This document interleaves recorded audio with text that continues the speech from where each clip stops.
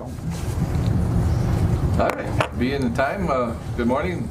Call the Koochining County Board to order, May 28, 2019. We'll start with Pledge of Allegiance.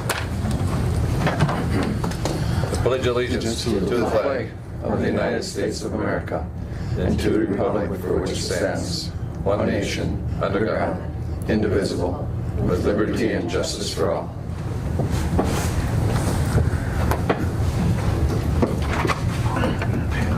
You got my new pen there. You need one? No, I got my try. That's my new one. I just took the end off that one. All right. Those homemade cookies? Yeah, Jen came in early this morning, cooked. I did. They're pretty good, whatever they are. It took us, Commissioner Skoye took us about half an hour trying to figure out how to work that new coffee pot, but it's really good coffee. You don't believe us? Well, don't break your arm patting yourself on the back about it. All right. First order of business, approve the agenda. We have addition, Park Superintendent DeGrosse is going to be here and discuss Heart of the Continent Partnership, Bike Event, Dark Sky Regional Designation, and Summer Park projects. Any other additions to the agenda? I'll move. Moved by Commissioner Pavlik with that addition. Second. Second by Commissioner Skoye. Discussion. Frank Jewell part of this with his old counts? What's that? Frank Jewell, he's probably part of this stuff. Well, Heart of the Continent, yes, he would be. So he comes up and, believe it or not, goes out in the swamp here in Koochining County and counts owls Yeah. all through the night. Oh. Yeah, does it every year. Yeah. For He counts what? owls. Owl count. Oh, hoots, okay. So, okay. Call for the question, all in favor? Aye. Opposed, carried. Minutes from the May 14th regular meeting of the county board. Move for approval. Commissioner Skoye, Second. by Commissioner Ady. Discussion? Call for the question, all in favor? Aye. Opposed? That is carried. I will try to slow down a little bit for. You're good. You're good. You're doing just fine. She couldn't write that fast last week. Yeah, I know. Broke out in the sweat last Okay, approve payments. Commissioner Ady. Mr. Chair, I will move on the courthouse claims, the highway claims, and the health and human service claims. A motion by Commissioner Ady to pay the bills. Second, sir. By Commissioner Schoblum, second. Discussions. I had one thing I was looking at, the Twins tickets, and I saw in there was apparently an award from the Sheriff's Department to the DARE program or something, so. Yes, I saw that too. Okay. And you have those revised claims. It's the revised Those are the ones claims. they're approving, is that correct? There was one bill removed, Okay. so. All right, with that, call for the question, all in favor? Aye. Opposed, carried.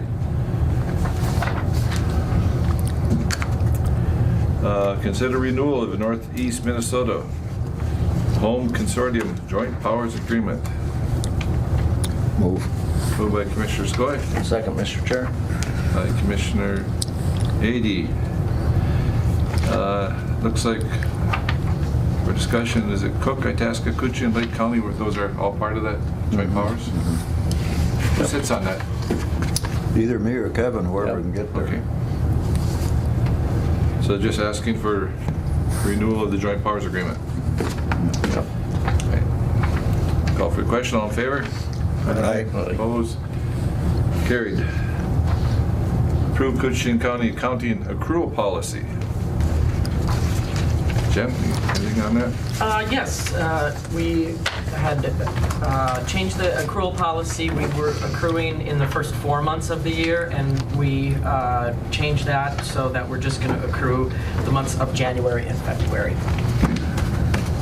And that was the recommendation from our private audit firm, and it was reviewed by them as well. And that would hopefully be acceptable by the state. Reminds me of Elvis Presley, don't be a Should cruel.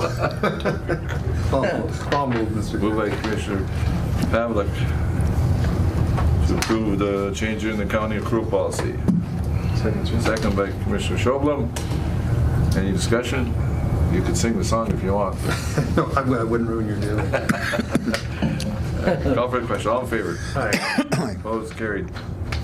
Authorize board signature to the Minnesota Energy Resources Corporate Tax Court Settlement. Nancy.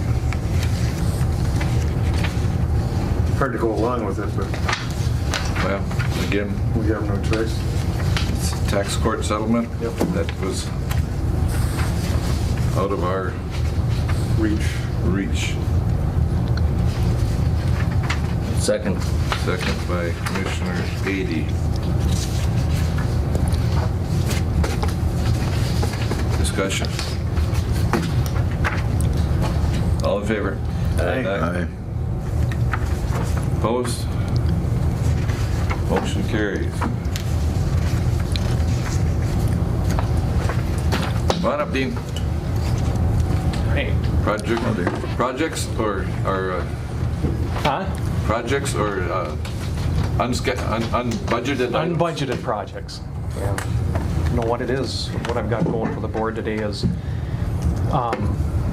in back of the LEC stairway, I think it was a bird strike hit the window.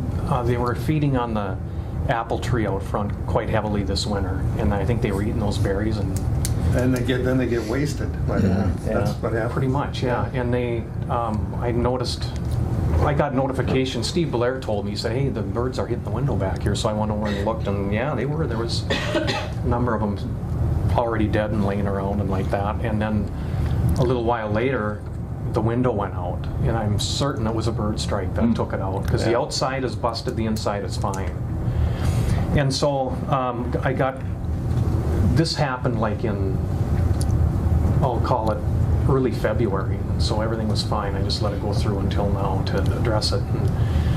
And then if you look on your thing there, I also included, there's 2 windows up in the court area. And the 2 up in the court area were actually on one of my budgets for upcoming years, not on this one, but I included that in there as well to hopefully take care of all of them at one time if the company come up and did it. And those are the estimates that you see.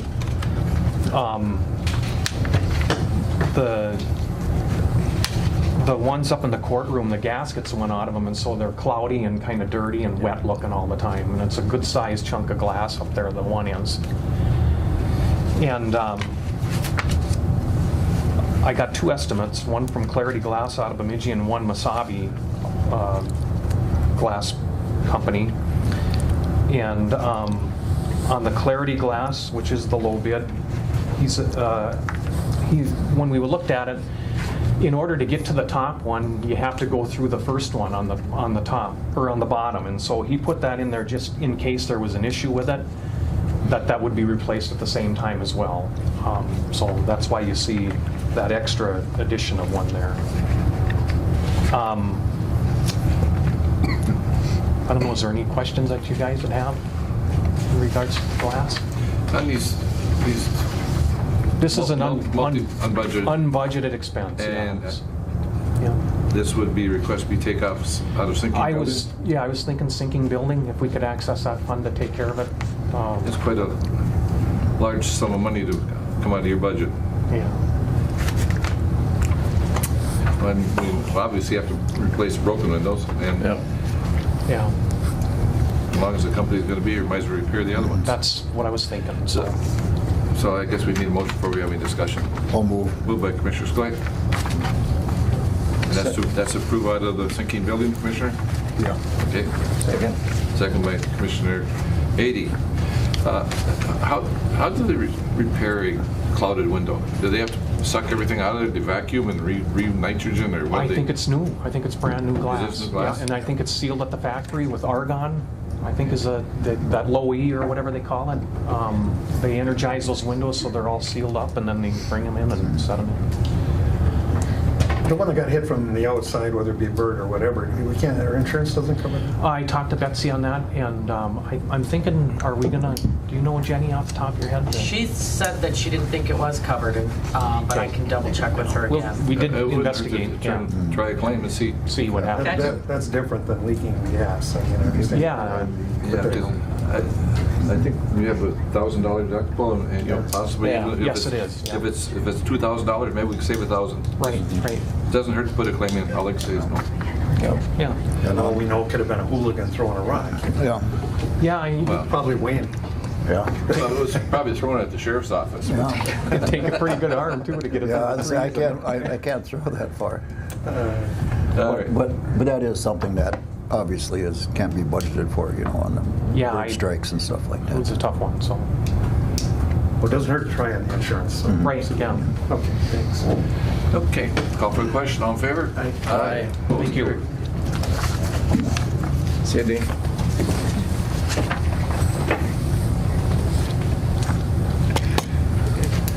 All right, we have sheriff business.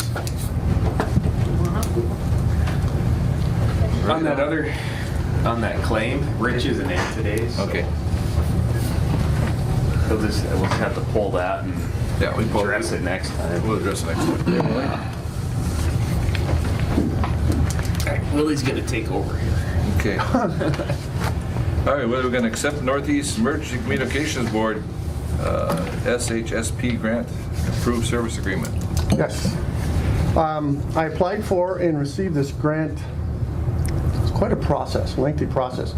I put in the needs that we discovered through our tabletop and the improvement needs, and this grant, applied for it in December of 2018, and I got word of it that I finalized it in May of this year. And the trouble is, I have to spend and get this training accomplished by the end of the year. So it's important that, hopefully we accept this so that I can get going with the different training sessions that I have scheduled. And I have several of them. Communication drill involving all the fire departments within our county, cross-border communications drill and exercise, a communication roundtable, a cross-border communication plan, and several ICS training sessions that I want it's really based around the radio interoperability with all of our departments. So I think it's going to bring everybody to a new level of communication. And communication in any disaster is always a problem. So with these training sessions, and with this $11,000, we'll provide all the training for all the departments involved. So we as county need to upfront it and then they Yes, reimburse? it's an invoice-based grant like the other one that we received from HSEM. So the invoice would come to you, you would pay it, and then the county would invoice HSEM. And this is through the Northeast Regional Radio Board. So every year they have a certain dollar amount of training, of money set aside for training. To be honest with you, they have a hard time spending it because, there's good ideas out there, but not everyone can do it in a timely manner. So through the radio board, they have to have it spent by the end of this year. So Yeah, and that leaves me with a very short timeline to get all these things done, which I can still do, but we need to move forward on it as fast as we can. So 11,000, that is your estimate, or is that what our grant is? So we got to stay within that window? I got to stay within that window, 11,000, which, Yeah. we did a timeline and everything, so I know that we won't go over that 11,000. yeah, and the entire grant, it's based on a quote by Paramount Planning in the amount of 11,000. So that the grant was applied for based upon that quote and approved by the radio board based upon that quote. So Right. It's money that was given to the Northeast Radio Communications Board from HSEM, but we would be invoicing the Northeast Radio. Yeah, St. Louis County is the fiscal agent that Right. would be invoicing. Can we trust them? I think so. Absolutely. I'll move a chair signature in this. All right. Moved by Commissioner Pavlik to allow chair signature. Second. Second by Commissioner Skoye. I think we had discussion, we kind of understand what's going on. Anytime we get good training and get reimbursed, it's a win-win. Right. No match, totally invoice-based. So, call for the question, all in favor? Aye. Opposed? Carried. So, do you have one, do we have the original or whatever to sign? I have the original. Do we have to sign this other one too, Sheriff? This other one we're going to talk about now, Well, that's, I don't think we'll sign anything on that. Okay. No, I don't think we're going to sign anything today because we have to approach that second one a different way. And I'll explain that. All right, why don't you go on the second one, accept rail and pipeline safety grant. Yes. It took about 3 months for me to put this all together, and I have quite a bit of an outline that I had to do to the state. And this is to Homeland Security Emergency Management. They receive, say, and I went through this last year when I got the $5,000 grant from them. I put in for $89,100, and I received the grant from the railroad and pipeline. They get this pot of money from railroad companies and pipeline companies, and they give the money to HSEM, Homeland Security Emergency Management. You got the full 89 last year? I got 5,000 last year, and this year I got I put in for 89,100 and got it, but they upped it to 90,000. Okay. And so, but I have to be pretty extensive on my application process for this, and I can pass this around. We're putting on over 40 different training sessions involving 50 different resources. Okay, again, things that we've learned from our tabletop exercise that we did in September of 2018. But I'll pass this around. Here's the timeline. I call it Operation Walleye timeline. And so there's many different organizations, like I said, over 40, and all the way from international agencies from Fort Francis that are going to be involved, many federal organizations. How about behind the Park Service? Are they going to be involved? Yes, they are. Actually, they are. Yes. All right. The state and regional, there's many local organizations and private and non-profit organizations that are going to be involved. So, and I'm wrong on that, it's not 40, it's 57 different, different agencies that are going to be involved in that. So it's pretty extensive, and by looking at that, it's going to go all the way through to 2022. What Homeland Security did is they awarded this money to me, and it was specific in my proposal process to them that I needed over 2 years to get all these training sessions done. So they've set aside this $90,000, and then what we'll do is invoice per year for the training sessions that we've done in that timeline. So it doesn't matter how long basically I need to get this done, they're going to have the money set aside for us. Again, it's invoice based. There's no match. It's you pay it out first, we invoice them to get the money back. Every penny. But I really think this will bring all of our resource partners to a new level again. So there will be no question on how they're going to respond and what resources that they can bring to a disaster. This will undoubtedly make it a very fluid situation on response. And ultimately what we want to do, if you see on the timeline, is have a full-scale exercise. So we're going to involve all of these over 50 different resources with a full-scale exercise at that point. But we've got to train them up individually before we get to that point, so there's no question on how they respond and what their resources are. Big program. Gee. This is the largest grant that Homeland Security's ever given.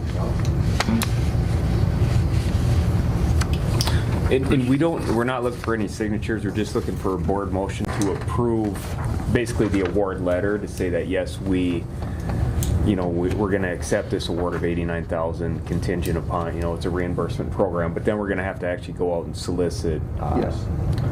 bids for someone to conduct the work. So. Yeah, according to the Christian County purchasing policy, we have to put out bids for this.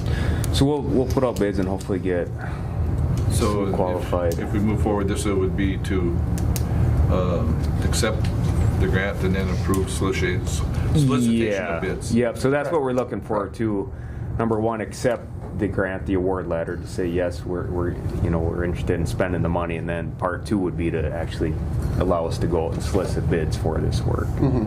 Commissioner Ady? Does the training include things like evacuation and? Yes, it does. And some of it's spelled out in this timeline. hear about all the different agencies, and evacuation's a big part of when you respond. Yeah. So we're actually going to train, we're going to specifically go on a scenario of a rail derailment in Rainier. So we're going to get all the different resource partners, including the city of Rainier and their people together, and update their evacuation policy and actually train them on that process. So Rainier or County Road 24 east of the tracks, and we go to evacuation, also we say there's no way to evacuate. And That's the so part I was that would be thinking part about, of so. our Well- exercise and to, All the resource partners that are going to be involved in it are going to be trained on how they're going to get it done, all the way from, and that's also goes into my communication grant, communication being a big part of it. Everyone's going to know what their job is when it gets time to do the full-scale exercise. There will be no question at that point on how they're going to do it and when they're going to do it. And But I think to your point, exactly, Commissioner McBride, is that part of this, we're going to require the vendor, whichever one selected, to do an after-action report for us. Yeah. That is going to highlight those very issues. Those and say- barriers. Just like we did with the, we had the tabletop at the Good Sam. When was it, about a year ago? September of 2018. Yeah, so we did that, and then they provided us with that after-action report. Now we're utilizing that after-action report to actually for this communications exercise and then this follow-up one. So these are the areas that have been identified. So now, like, dig further into it, and then after that, we'll have another after-action report, which is going to have, there's going to be some issues identified. sure, it's going to show what barriers is to. It will definitely to, identify fulfill the those- program, or to Right. fulfill the training, or a real event. Yeah, it'll identify the problem areas with the after-action report, like it did, and so like the sheriff said. So it'll even develop more training after that if there are problems with that evacuation. You mentioned Rainier. Are you going to be working then with our neighbors in Canada? Yeah, my training, especially both of these grants identify the Canadian partners in emergency management on the Canadian side. Like I've always said, if we do have an incident in Rainier and it gets into the water, it affects both cities, not just the U.S. side. Or the air? Chlorine? They've been involved in our training since I started, anyway, Good. and they were involved in our tabletop exercise, and they will be involved 100% from this point on also. Okay, which is the board?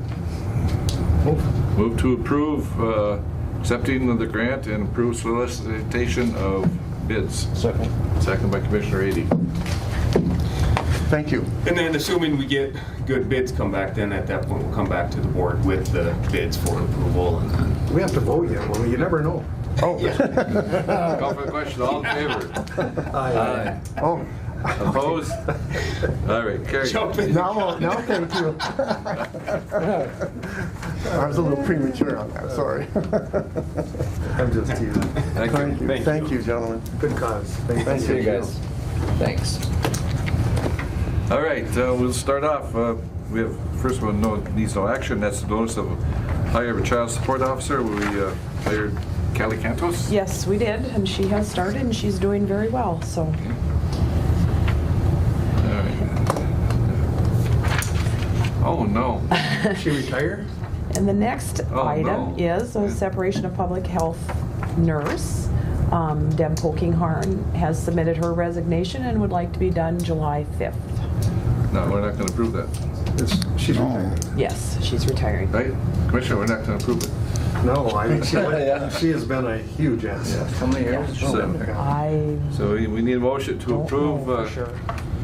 Deb Pokinghorn's leaving and retiring, and we wish her good luck, and Yep. we'll I have want no part her of it. over here in July, many years of service. So moved by Commissioner Ady, I will begrudgingly second that. Commissioner Skoye jumped right on that one. That's a hard one. Good employees. Be hard to replace her. Yep. All in favor? Aye. Aye. Opposed? Carried. Okay, and then, From there on, you can lead. and so that's the request to fill the vacant position too, Yep. correct? Okay. Let's see. Be clear Yep, on that. That's part of the motion, was to Okay. approve filling the position. Okay, and then we have one voided warrant. Needs to be approved. Move. Commissioner Ady. Commissioner Schoblum. All in favor? Aye. Opposed, carried. Okay, we have some renewals. Yes, these are housing, 5 of these are housing support agreements, 4, 5, and 6, and then 8 and 9 are all housing support agreements. There's no changes with them, it's just the yearly renewal. There's no change in cost or anything like that for those. All of them are pretty much the same. Yes. I'll move on them, Mr. Chair. Commissioner Ady moves on, is it 4 through 4, 5, and 6, 4, 5, 6? 8, and 9. 4, 5, 6, 8, and 9. So those are the ones, Commissioner? Yeah, you didn't mention 7 though. 7 is different. Okay. All of them except 7 then. All right, a motion by Commissioner Ady, Second, Mr. Chair. second by Commissioner Schoblum. Questions? All in favor? Aye. Opposed, carried. All right, And and then- number 7 is approve The purchase of service agreement with Ida Bell Coup for the day activity services. I'll move. moved by Commissioner Commissioner Skoye, Second, Mr. Chair. second by Commissioner Schoblum. Renewal with Ida Bell Coup.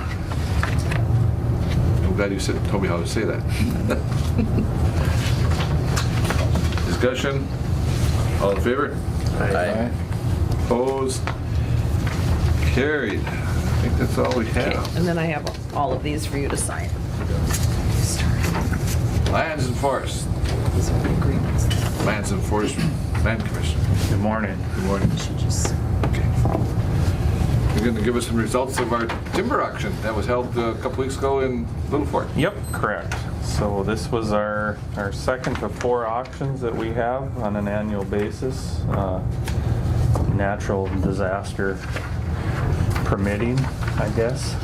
If we have blow down events and we might, like we did last year, then we have to add in an extra auction. But so our May auction, we had, that one is typically well attended by the logging community. We had a higher number of bidders than we had at our 2 previous auctions, and actually prices were up from our 2 previous auctions. They're not quite where we were a year ago, but our February auction, we were up from that for $3-4 a cord on average. So that's good. There was some spirited bidding. Yeah, especially on the pine sales. So right now, the main pine consuming mill, the Potlatch stud mill in Bemidji, is low on inventory. So I think that's probably what drove a little bit of that. So they're looking for bolts. So. And then we had a couple of decorative spruce top sales as well. That those are kind of a nice little added bonus too when we can offer those up. So Where do those go? They go to the Midwest somewhere? they typically stay in the Midwest, but around the holiday season you'll see those decorative arrangements at Home Depot and some of those stores, and that's typically where they originate. And it doesn't kill a tree. No, it actually those, if it's done properly, you can, depending on the quality of the site itself, you can harvest those same trees again every 7 to 10 years. And then actually, in the trees that you don't harvest, you're kind of actually doing a pre-commercial thinning on it. So those other trees are kind of should put on some better growth as well over time. So. So when do they usually harvest those, in the fall, late fall? Yeah, they'll start in September usually, and they go through. Now they're typically done around Thanksgiving. They try to be done with it, so because obviously it has to get to the market, their final end consumer, before then. So. Yep. I know they've been doing it for years, because when I was a little boy back in the 50s, I used to get a Christmas tree every year because my dad dealt in them. Mm-hmm. And the company would come around and they'd experiment and they'd flock one bull and one, and all kinds of different things. So they've been doing it for, well, that's 60 years now. So. And we had a couple that, was there one or two that didn't sell? We had 3 that didn't sell, 2, and then the very next day, 2 of them sold over the counter. So we still have one track remains unsold at this point. So. All right, any questions for Nathan? Oh, yes, I had one for November. Do you know deer season is moved back a week this year, so your sale is the first week of deer season? Deer season starts the 8th. Our sale is the 13th, I believe. That's the first week of deer season. Good luck. But if you can't have a deer by Wednesday, you're not doing very good. I know. You gotta have a shower by then, Everybody's correct? got to come in and take a shower. I just want to let you know it is the first week. Okay. All right. Anything else for Nathan? All right. Thanks, Nathan. Thank you. And nothing that we need approval on? Nope, just informational. All right. Thanks, Nate. Matt. Hi, guys. Good morning. Hey, Matt. How you doing? Good. Good. Matt is one busy person, I have to tell you. You gotta tell us about Silverdale canister site now. So, Udovich Garbage Service has been providing hauling services down in Silverdale for many years, and Northern Integrity Services from Virginia, Minnesota just recently purchased Udovich. And so we need to get a contract with Northern Integrity Services to continue the service that Udovich has been providing. And they're happy to do it. There's no cost change. The contract is exactly the same. It's just to reflect the new name of the business. And so I'm just asking the board to approve the name change, basically, on this contract. I'll move on that. Moved by Commissioner Pavlik to approve a name change on the contract. I'll second. Second by Commissioner Skoye. Discussion? He retired, huh? Yeah, right. They retired, and hauling garbage to St. Louis County for many years. I Yeah. suppose it wears a guy out. He's done a great job. Right. All right, all in favor? Aye. Opposed? That's carried.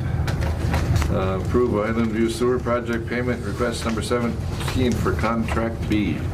I was just going to mention on this new Northern Integrity, their card says "Talk Trash with Us," so I thought that was kind of funny. Sense of humor. That's right. The other one was always, it might be your garbage, it's my bread and butter. That's right. So on the Island View Sewer Project, this is a pay application for Utility Systems of America.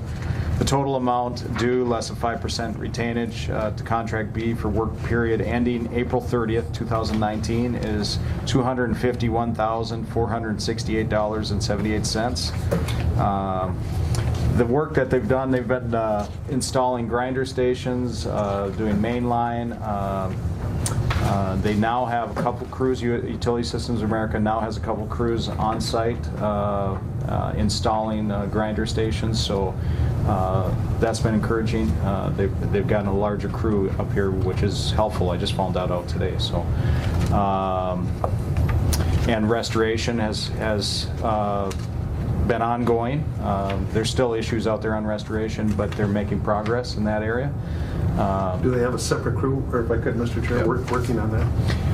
So they have, I believe, a couple people working on restoration. They have 2, and this is new information today. They had 1 crew installing grinder stations, and today they brought in another crew for installing grinder stations. So that should help tremendously. If they have 2 crews going at the same time, that'll make a big difference in getting that work done. That's wonderful. How about the other crew, or the other? So I had a conversation with the guys in the field today on Wagner's contract, and they're installing grinder stations. In the overall project, we probably have about half of the grinder stations installed, but there's a lot of work to be done in a couple-month timeline here. So they've got a lot of work to do, and But they're making progress, I guess. Almost all the calls that I had this spring have been on restoration. Yeah. You know, I was at my cabin over the weekend, and I see that the septic check was up, do some finishing up around the lift station and to the south to the maintenance. And I haven't been over the maintenance building, Bob, but looked like they did a really nice job of restoration. They did, yeah. We've been following up with SDH on some needs that we have and everything like that, but they've been doing a good job. But at least around the maintenance area and that lift station there looks really nice. So they're a good company to work with. So. Yeah, Septic Check has done a great job too, and they still have a final pay app to submit, and Sure. that'll be coming after they finish their final work there. Okay, so we have a request for a pay application. Move, I'll second. Commissioner Pavlik, Commissioner Ady, to pay request number 17, contract B. Call for question, all in favor? Oh, go ahead, Commissioner. I was out there the other day on Sunday. I took a drive out there. Was fairly happy to see, some changes that have taken place. And, how they're coming along, restoration. Yeah, they're making some progress. Yeah. We still have more work to do though. Yeah. But I'm glad that they're making progress in that area. Yeah. Yeah, I appreciate it. Yeah. Call for the question, all in favor? Aye. Opposed, carried. Thank you. Thanks, man. Thank you, Adam.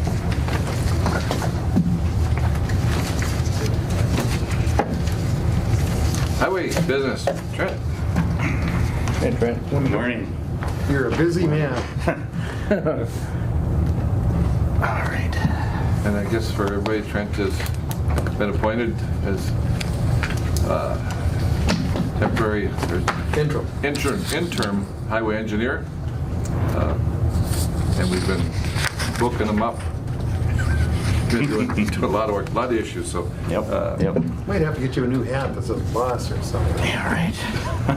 All right, so adopt resolution and execute agreement with Lake of the Woods for shared professional engineering services. All right, so by Minnesota state statute and by MnDOT state aid requirements, we need to have a licensed professional county engineer oversee projects, county state aid projects, and kind of oversee the program as well. But this is an agreement with Lake of the Woods County. Lake of the Woods County has been gracious enough to work with us by providing their engineer, Tim Erickson, on an as-needed basis. So this would be a resolution accepting that, and then there's a special agreements page there that talks about his duties that would be required under that resolution. So. And our district MnDOT helped with this? Yep, both District 1 and District 2 help put this together. Okay. We've had the county attorneys look at it, and then myself and Tim have reviewed it multiple times. You're okay with it? It's a good document. Second. Second by Commissioner Skoye. Just, thank you. A lot of work by Yes. Trent and Commissioner Pavlik. Trips over to Lake of the Woods to start the discussion. Lake of the Woods County Board. And they've been very cooperative. And they're engineers, so. And also John McDonald from State MnDOT. A lot of people have been involved helping get this going. So if we can move our projects forward, I mean, we cannot work on county state aid projects without a professional licensed engineer on staff. And so We would see a substantial reduction in payout if that was the case. Absolutely. Yep. Payout reimbursements, which is very important, right? Yes. All right. Wishes of the board? Aye. Oh, excuse me. I guess we did. We already had the motion. Call for the question. We had ayes? Yep. Opposed? Carried. Okay, Thank Trent. you. We got a couple bids.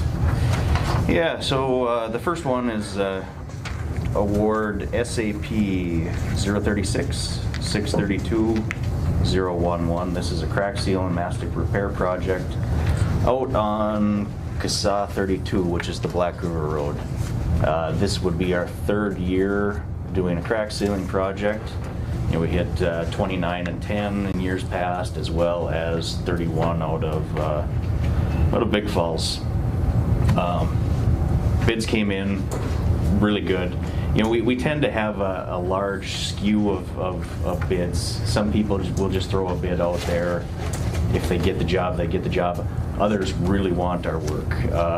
You'll notice Northwest Asphalt and Aztec both came in really good. Northwest Asphalt came in at basically 21% under our engineer's estimate, which is Outstanding. yes, really good. Aztec came in 16.5%. Aztec really likes to work up here. They like the typically they're in the rat race down in Minneapolis, and their guys love to come up here and just not see any traffic on the roads that they're working on. It's a luxury for them. Yeah. But this year Northwest Asphalt came in a little over 203,000. I would recommend awarding the project to them. Mr. Skoye? Move. Second, Mr. Pavlik. To award to Northwest Asphalt Maintenance for $203,067.80. Discussion? All in favor? Aye. Opposed? Carried. Okay, now we have award low bid for fuel dispenser replacement. Yeah. At our International Falls shop, we have a large 5,000 gallon tank that we received from MnDOT a number of years ago. That tank came with 2 dispensers. We've struggled with these dispensers now for years. In the wintertime, typically, none of them work, maybe some work. We've had a company called O'Day come up and service them multiple times. They're kind of at their wits' end with it. They can't figure out. They've replaced every part that they think they can replace, from valves to circuit boards to. So what I'm recommending is replacing the dispensers. Take both of them out, put one back in. We only need one. So I reached out to 3 companies. I reached out to O'Day, Pump and Meter Service, and Minnesota Petroleum. Minnesota Petroleum was the only one that opted to supply a bid. They came in at $12,793 for their work. I would recommend awarding that project to them. Good. We only get one bid. Did you look into it? I mean, does that seem reasonable? Yes. Okay. Yes. I'll move them. Moved by Commissioner Pavlik to award bid to, I'll second. second by Commissioner Skoye, Minnesota Petroleum. Discussion? But what I was just going to say, you applied for 3 different bids and there was only one. So. Yeah. Mr. Chair, I can attest to the fuel issue there, because we kind of share that tank there with the city, and we have 2 mailboxes, and you get the key from the outside, you get the key to get inside, you get the other key to turn the switch on to go back out, and it doesn't work. So it's especially when it's cold. So Yeah. So there's also instances where it'll start working, and then you'll get your a loader halfway full of fuel, and it zeroes back. So for us, it's difficult to track our fuel usage, especially we bill the city of International Falls off of what they write down. Sure. So. All right. Call for the question. All in favor? Aye. Opposed? Carried. Low bid. Award low bid for underground fuel storage tank removal. Mr. Pavlik, you've been involved in some of these. Yes, I have. They're never fun. Trent, go ahead. So here's another one. We've got 4 underground fuel storage tanks spread throughout the county that we use at the maintenance garages. We have the Birchdale location, the Lowman location, Little Fork location, and the Mizpah location. The MPCA, or the PCA, has they tighten down on things every year. They've made it so they're basically encouraging you without encouraging you to remove the underground storage tanks and replace them with above ground. Yeah, double wall above ground tanks. We do have this project budgeted. I had reached out to O'Day just to kind of get a budgetary estimate last year. Their budgetary estimate came in at just about $27,000. So at that time, I was planning on just doing one this year. Reached out to O'Day again this year after we got board approval to seek quotes.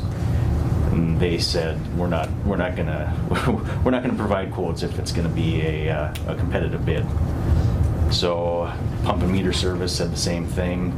Minnesota Petroleum was the only one that produced a quote or a bid, and they came in at $10,999 per location. That being said, I can do 2 locations. Yeah, quite a difference. Yes, yes. So I'm looking at Birchdale and Loman. Go ahead, Commissioner. Now, when they're removing this, they just remove the tanks, but if there's any spillage found, that becomes the county's issue at that point. Correct. Yep. So there's items that aren't included in this quote, such as sludge disposal. We actually go in, we dig the tank out. They send a supervisor up just to kind of, Soil test. Yeah, the soil test, and then oversee the project. At that point, I'm not aware of any leakage over the years, but I mean, these tanks have been in for a long time, so I would assume they run through a test on a monthly basis. If there had been leakage, there should still be leakage, and we'd know about it. We also have to do the site prep.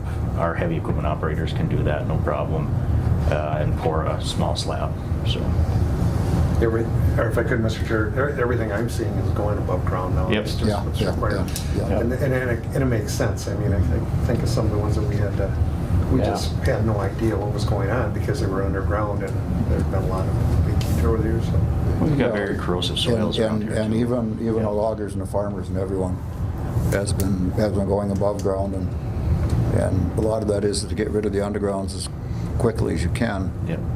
Because anything could happen. And if you have a leak above ground, you know right away. Yeah, that's right. You have a leak, and it's easy to contain.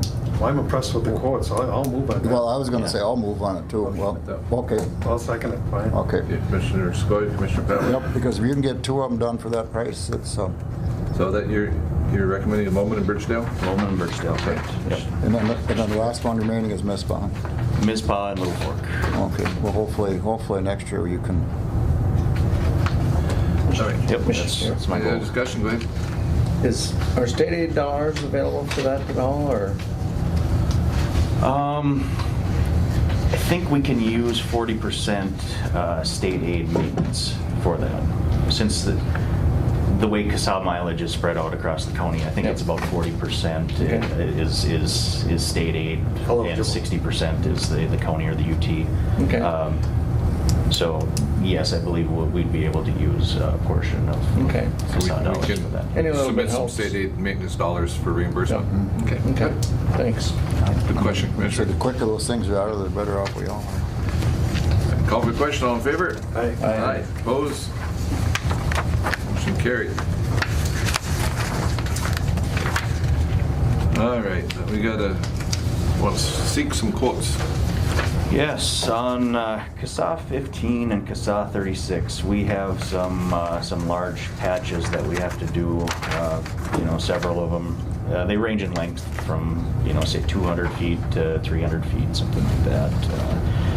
We have, I believe it's 3 on CASA 15 and 4 on CASA 36, if I recall. There are places where there were dips or a culvert needed to be changed out. We've got a lot of work in the area with Trunk Highway 6 being repaved. I think they're doing some work on 1 as well. So we should have an opportunity to get some pretty good quotes on repairing those areas. Boy, 6 needs it. So, and that's one thing, just for the public, with all the work going on county or State Highway 6, go through Northome, right, Commissioner? Yeah. And take 46 over to Deer River. Yeah. You always said it's a better ride anyway. It's a better ride, and it's only about 6 miles further or something. So, but now, CASA 15 and 36 are both in that area? Yeah. So 36 is, oh, excuse me, go ahead. Trent. No, 36 cuts across to Kellier. Okay, yep. 15 kind of runs, it's a kind of a north loop on the other side of 71 from North Home. Yeah, and on 15, there was some spots that were dug up that didn't get picked up the last time, so. And that's what these. Yeah, That's what these right, are. and then I suppose the same thing as the culverts on 36. Yep. Yeah, that's right. So authorize the engineer to seek quotes. Move. Moved by Commissioner Skoye, second by Commissioner Schobelum. Any other discussion? All in favor? Aye. Opposed? Carried unanimously. Seek quotes on 2019, 2000.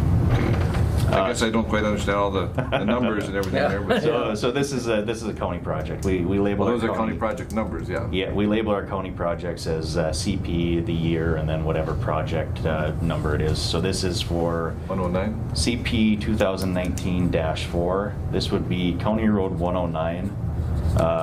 The first mile north going south, I'd like to do a full depth reclamation and overlay on that area. Again, this is a county project, so it's county dollars. We do have money set aside for this project. I believe in the budget we had $450,000 set aside for paving. You know, this is our worst county road in Koochiching County, especially that first mile. There's houses on it and everything. It's Kevin's district. Which 109? It's the KOA. KOA Road. Okay, Sorry. Yep. So we've actually got a handful of roads that are kind of on my radar right now. We've got 109, of course. We've got County Road 461, which serves the Eagles Nest area. I opted not to address that this year since Till the there is project's over. construction. Yep. Yeah. County Road 146 out by Ericsburg. Some did, yeah. County Road 72 and County Road 76 out in Little Fork. But this just quotes on 109 for this year, or at this time. Yeah. So, okay. I'll second Kevin's motion. Motion by Commissioner Ady, second by Commissioner Pavlik to allow engineers to seek quotes. County Road 109. Your people will love you for it. There. Call for the question, all in favor? Aye. Aye. Opposed? Carried. Trent and I talked briefly about the next one, authorize engineer to seek quotes on 2 3/4 ton pickups. Go ahead, Trent, and explain quickly we'll see what's going on there. Yeah, so just so the board knows, this is an unbudgeted request. I will say that we have funds to pay for this project. We recently received over $400,000 more in Minnesota Power funds than we had expected this year. We got 21 years out of those trucks? I don't know if we got a full 21 out of them. We might have got 15 and then squeaked out an extra 6. They limped along the last few years. That's pretty amazing. Yeah. We also received additional FEMA money from Silverdale for a couple projects that we have to finish up down there, which was $60,000. It was unbudgeted as well. So. Anyways, right now at our fall shop, we've got two trucks that are in pretty bad shape. The first one is a 3/4 ton. I think that's the 1998. It's got, say, 280,000 miles on it. It's got the Fred Flintstone option right now, where you can actually put your feet through the Through the running board. through the running board. So you can stop. Yeah, it's pretty You close to can't. You can't shift it anymore. It's retired. It's done for. The second one is a 2-wheel drive half-ton.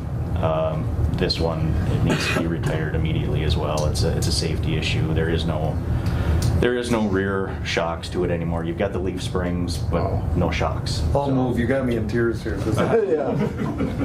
So move the county engineer Second. authorized for quotes on 2 3/4 ton trucks. I'll second. Well, no one in the public can say we don't get our money's worth out of these vehicles. So. I have a question though, Trent. Yeah. How many pickups are in the fall shop, In the fall shop, we have 3, I believe, including these two? including these 2, yeah. But now, Sorry, 4, because we 4. have a 1-ton that's there, a 1-ton flatbed. okay, but then now there is no assistant or there's no supervisory person, correct? Yep, and we've been utilizing that vehicle as well. Yeah, okay. And then I recently gave one of the tech trucks over to International Falls, so they wouldn't have to drive the half-ton two-wheel drive anymore. So Yeah, and so, but these are not budgeted? these are not budgeted, correct? Yep. Well, I think if you've got 4 of them there and there's only how many miles, do we really need 4 pickups over there? It's not necessarily just for International Falls. The rotation, I'd like to start a rotation so we get newer vehicles in our fleet that look a little bit more professional than the ones that we've been driving around with no fenders and... Well, yeah, I understand that, but I mean, they could be out to pasture and you have plenty of vehicles. I mean. Yeah, so if we retired these 2 today, we would have 1, 2, 3 vehicles and then the maintenance supervisor vehicle in International Falls. And that's with the tech truck moved over there as well. We've also got 5 summer students up here right now that require a vehicle to pull the patching wagon around. Yeah, but that wouldn't be a half-ton pickup though, would it? That's a 3/4 ton. Yeah, yep. right, yeah. And one of the reasons you guys might have noticed that I requested the 3/4 ton, getting quotes on 3/4 ton. The work we do nowadays with these trucks basically requires a 3/4 ton. I mean, we're pulling around graders and stuff, and with a half-ton, we can't pull around a skid steer on a trailer. Yeah, I understand. So And they would be 4-wheel drive then? They would be 4-wheel drive, yeah. I was looking back on our inventory, and everything older than 2012 was 2-wheel drive, other than the 2 trucks or 3 trucks that we had bought from Lands and Forest. That tells you how conservative Doug Grindle was. Yep. Very Yep. conservative. Or this board. Yeah, we're part of that. And this motion would be to allow quotes, it's not to This purchase. is quotes. This is quotes. I would This quotes? anticipate. Okay. I would anticipate they'll be about $30,000 a piece. Any other discussion? We have a motion. We do. Okay, call for a question. All in favor? Aye. Opposed? Carried. All right. Thank you. Back to Appreciate your it. few minutes. Yep.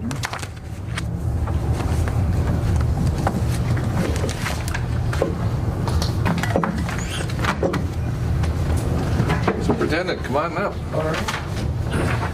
Good to see you. Yes, good to see all of you on a beautiful day, finally. Yes, right? finally. And yesterday was great too. But Sunday was a little, yeah, to say the least, yeah. It felt like fall. What's that? It felt like fall on Sunday. Yeah. I was worried about when the ice out's gonna be. Oh, yeah. No, thankfully. So, you made a request and you were put on as an addition to the board agenda, and good to see you, and welcome. Yeah. And you got a couple of issues, or I think about 3 of them you want to discuss? Yeah, and thank you for adding me to the agenda. For the record, I'm Bob DeGrove, Superintendent of Voyageurs National Park, headquartered at 360 Highway 11 East. And I know I sent some things via email, but I have hard copies as well. Okay. So the first thing I wanted to talk about is event that we're looking at coordinating for September. And I believe the date is proposed to be September 28th. And it's a biking event that we want to do in the county. And we're going to look at doing 3 different bike trips for different levels of expertise of biking and everything. The first is a long, hardcore trip, I would say. We're proposing going from International Falls to Little Fork, across to Ray on 218, and then back to International Falls on 53. So it's a 55-mile ride. A loop. A loop, and a beautiful loop, I might add, too. And the great thing about it is that 218 isn't heavily traveled typically, and then all the other roads, 53 and 11 and 71, have decent shoulders on them and everything like that. So that's our primary ride that we're looking at doing. Second ride is utilizing the Island View Bike Trail from town out to the Rainy Lake Visitor Center, which is a 25-mile round-trip ride. And then another ride that we're looking at doing to encourage maybe people that aren't as familiar with biking is, again, utilizing the bike trail out to Rainier and then looping through the community of Rainier and coming back to the starting point. We're looking at doing the start actually at the headquarters, the park at the headquarters area there along the river and everything like that. Now, if you ever wanted to add a long one, we could go all the way to North Home, and then cut over to 6, back to Little Fork, around 217 and back down 53, and then we'd be about 150 miles. Oh, really? Yeah. I might say I'm not going to be riding the 55-mile one myself either. But the reason why these biking events are taking place this year is because of the Heart of the Continent Partnership, which is the Heart of the Continent itself is a geotourism region of the U.S. that goes from International Falls down to Duluth, up to Thunder Bay, and then across northwest Ontario along Highway Canadian 11. And the partnership is a collaboration of the land management agencies, the different municipalities and different interest organizations within that region. And the purpose of the partnership is to encourage local residents to get out and enjoy their public lands and opportunities within the Heart, but also to encourage increased tourism and visitation to the area as well and everything. So this year we're looking at doing a variety of different bike rides. A lot of them are along the North Shore, of course, because that's a really well-known biking area and everything. And I wanted to assure that the park and the western end of the geotourism region was included in the biking opportunities as well. We also work with Canadian partners through the Heart of the Continent. So we do, yeah. It's been very successful. Yeah. Exactly. Frank Jewell comes to mind. Frank from St. Louis County is involved quite a bit, and then he talks us into giving some money to Heart of the Continent. Heart of the Continent and everything. So he's the one I was telling the board before you got here. He's the one who goes out and does a hall count every year. Oh yeah, sits in the swamp. Yeah. Yeah. I couldn't even imagine mosquitoes. And, oh right. What a character. Yeah, yeah. The main thing I'm looking for is just to agreement by the board or the commission to go ahead and continue planning for this. I did have a conversation with Perrin, the sheriff, letting him know that this is something that we were looking at, and had a brief conversation to assure that he didn't have any concerns with it and things like that. And he was supportive of it. So are these rides going to be the same day? They're all on the same day, September 28th, and it's really individuals selecting the level of ride that they would like to do and everything like that. I have gone to all of the town municipalities, Rainier, International Falls, and Little Fork, and had the conversation with them to let them know that we were interested in coordinating this opportunity, and they were all supportive of it. After I get the county's approval and blessing related to it, then we have a lot more planning to do, but primarily I'm going to be reaching out to the businesses along the corridor, letting them know that this is something that we're coordinating, and then figuring out the safety aspects of it. One of the next things that I'll be doing probably is having a meeting with the county and the municipality emergency response people and trying to get some sense from them of things that we should be mindful of as we plan. So you're looking for emotional support then? Yeah, basically. For that, Mr. Chairman. Motion by Commissioner Pavlik to I'll second that support the Heart of the Continent bike event, second by Commissioner Skoye. Yeah. And I will have to say that back years ago when Jim Klobuchar was doing his bike deals, that twice they went through North Home, and actually at that time they had meals at the school, and they had a big banquet, and it was quite a deal at the park. You know, they had all these bikes came in, and and it was very well received, I think. And of course, Klobuchar was out, in front of it all, and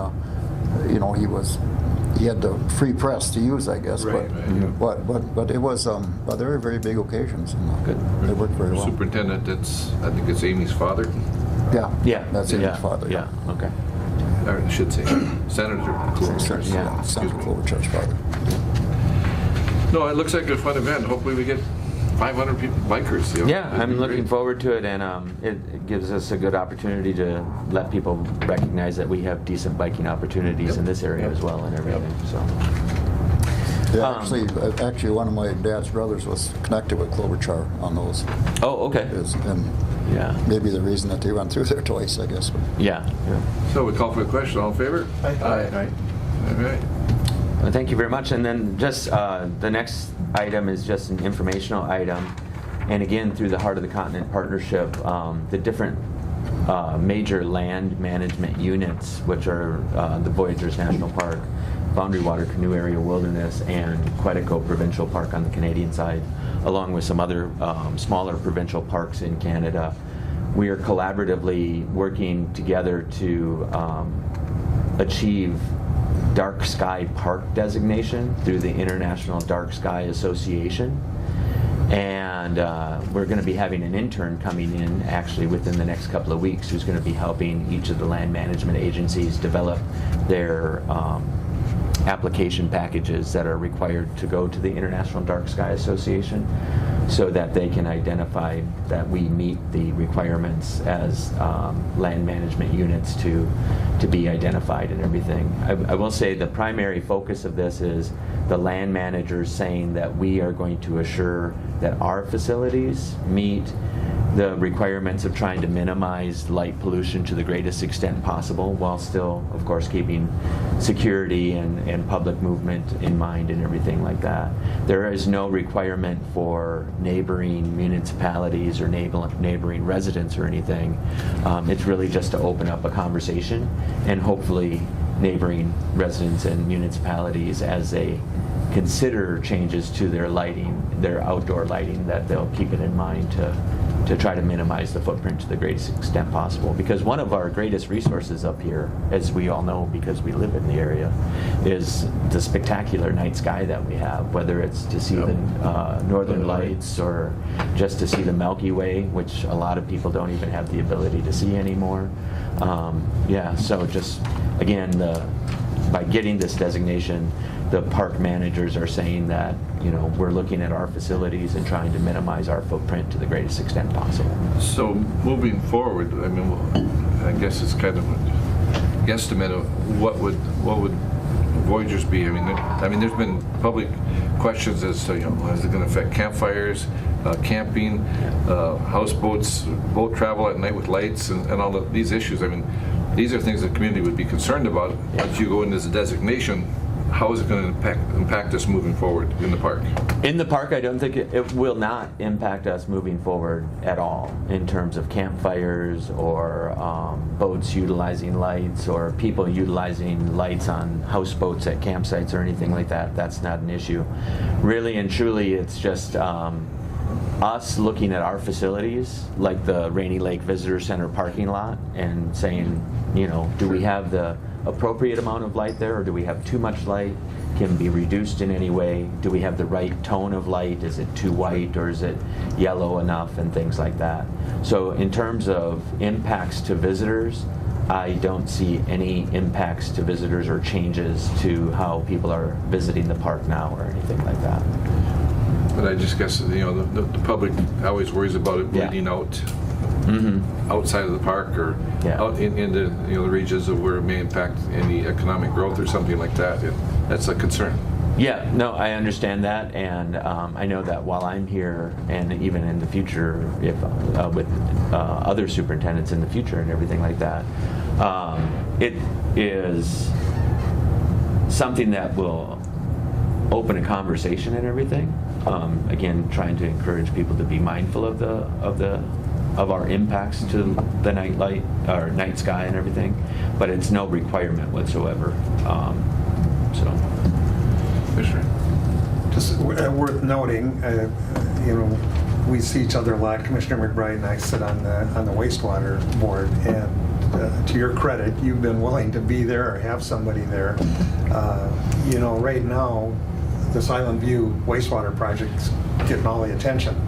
But as we sit here, we continue to work on Crane Lake, Ash River, and Captoma. Yeah. And you know, we're downstream from there. Nothing has a long-term, lasting benefit to the park than clean water. And so, to that end, thank you. The park's hands are tied. I mean, they can't.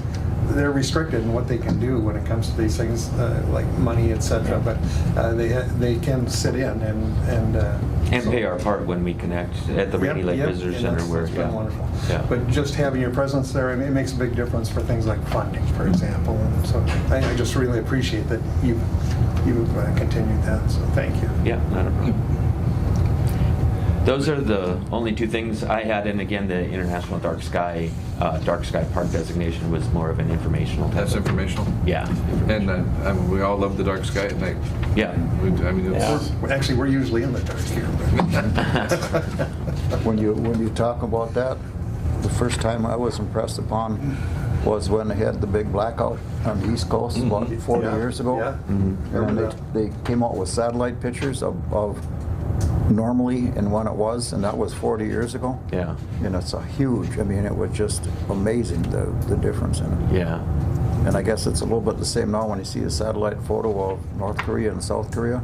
Oh, really? There's a black line right there where it starts, and there's no light after that. And even if you look at a recent image like that of the United States and everything, I mean, this area of the Arrowhead and northwestern Ontario is just an area that thankfully doesn't have a lot of impact from artificial lights and things. So it's a benefit of our lives that we just probably, I mean, we all love it, but it's sometimes people take it for granted. Yes, exactly. Yeah. Well, thank you for your time. Do you have any projects you want to talk about? Are there any specific? We do have, I did provide to you something that I put together on a quarterly basis pretty much when our not-for-profit partner gets together for their board meeting. So I did put together a list of different things that are going on in the park this summer and everything. A couple of things that I would mention. I guess from my perspective, the biggest thing is there's a lot of things that are going to be going on out in the Kettle Falls area. The floor out at the kitchen of the hotel is in need of repairs just because of the way water has been flowing off the landscape there. So we're going to be doing that work starting later this year and into spring of next year probably. We're looking at redoing the overlook out at Kettle Falls to improve its accessibility opportunities and things, and also to work it into the landscape.